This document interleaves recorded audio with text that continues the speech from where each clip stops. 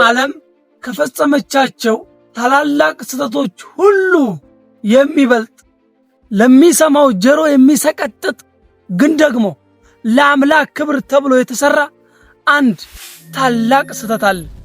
ሰላም፣ ገጣሚ ገብረ ስላሴ ነኝ።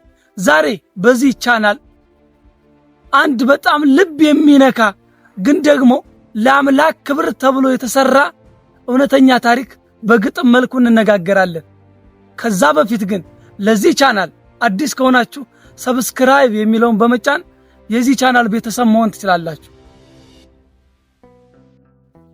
ሴትን ልጅ ይቅርና ወንድን የሚያስለቅስ ግፍ ለምን ተሰራ በደጉ ክርስቶስ?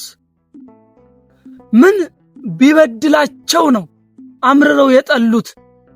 ክርስቶስ አልቀማም የማንንም ንብረት፣ አንድ ቀን አያውቅም ሐሰት አንደበቱ። ክርስቶስ ለሞቱ ምንድነው ጥፋቱ? እኔ የእግዚአብሔር ልጅ ነኝ ብሎ እሱን ካለማወቅ ሕዝቡን በጎተተ ራሱ እግዚአብሔር ለእግዚአብሔር ክብር በስህተት ሞተ። ስንቶች ነን እኛም እግዚአብሔርን እናከብራለን እያልን ያከበርን መስሎን የስንት ንጹሃንን ልቦች የሰበርን?